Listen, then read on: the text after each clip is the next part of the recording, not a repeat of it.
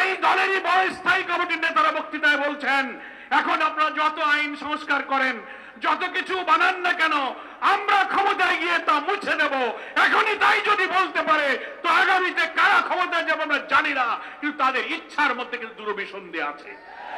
দেশের রাজনীতি একটি স্বচ্ছ গ্রহণযোগ্য নির্বাচনের দিকে এগিয়ে যাওয়ার লক্ষ্যে দেশবাসীর যে আকাঙ্ক্ষা, জামাত ইসলামী সেই প্রচেষ্টায় প্রাণান্তকর প্রচেষ্টা চালিয়ে যাচ্ছে।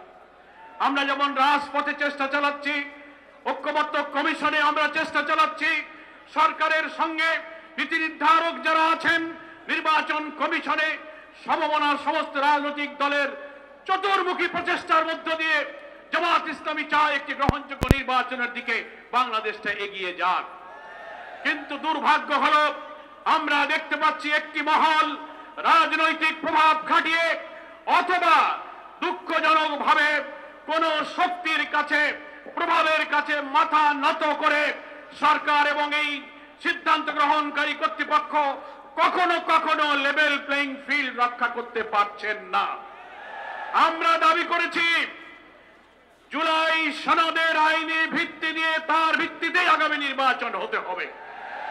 এখন একটি দল বাধার সৃষ্টি করে, প্রতিবন্ধকতা সৃষ্টি করে বলছেন এই সাংবিধানিক সংস্কার, এত সব সংস্কার নির্বাচনের আগে আইনি ভিত্তি দিয়ে সংস্কার করার কি প্রয়োজন?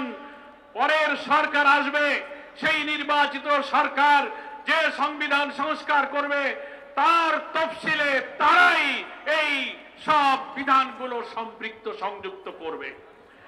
এটা হচ্ছে গণ আকাঙ্ক্ষার সাথে বিরোধিতা। গত 5 আগস্ট প্রধান উপদেষ্টা জাতীয় সংসদের দক্ষিণ প্লাজায় যে জুলাই ডিক্লারেশন, জুলাই ঘোষণা পেশ করেছিলেন, আমরা লেভেল প্লেইং ফিল্ডের ক্ষেত্রে যে রক্ষা করা হয়নি, গোপনীয়তা রক্ষা করে জুলাই ঘোষণার মধ্যে একটি বিশেষ মহলের চিন্তায় এই জুলাই ঘোষণা ড্রাফট করে সেখানে গণ আকাঙ্ক্ষার বিপরীত অনেক কিছু সম্পৃক্ত করা হয়েছিল।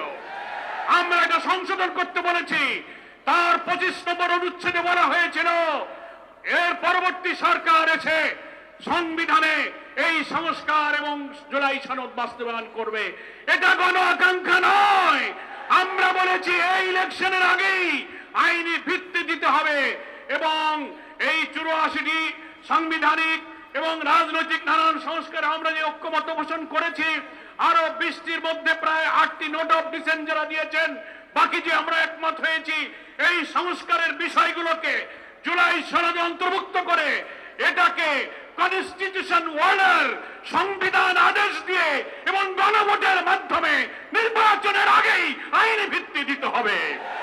তা না হলে দেশ একটি মহা দুর্যোগের দিকে পড়ে যেতে পারে। আমি প্রধান উপদেষ্টার কাছে বিনয়ের সাথে নিবেদন করে আপনি এই দক্ষিণ প্লাজা জাতীয় সংসদে জুলাই ঘোষণার দিনও লিখিত অঙ্গীকার করেছেন যে আমরা বিদ্যমান রাষ্ট্র কাঠামোকে সব জায়গায় সংস্কার করব। কই আজকে যারা বলছেন নির্বাচিত পরের সরকার এসে সেটা সংস্কার করবে, তার অর্থ হলো এই দলেরই স্থায়ী কমিটির নেতারা বক্তৃতায় বলছেন এখন আপনারা যত আইন সংস্কার করেন, যত কিছু বানান না কেন, আমরা ক্ষমতায় গিয়ে তা মুছে দেব।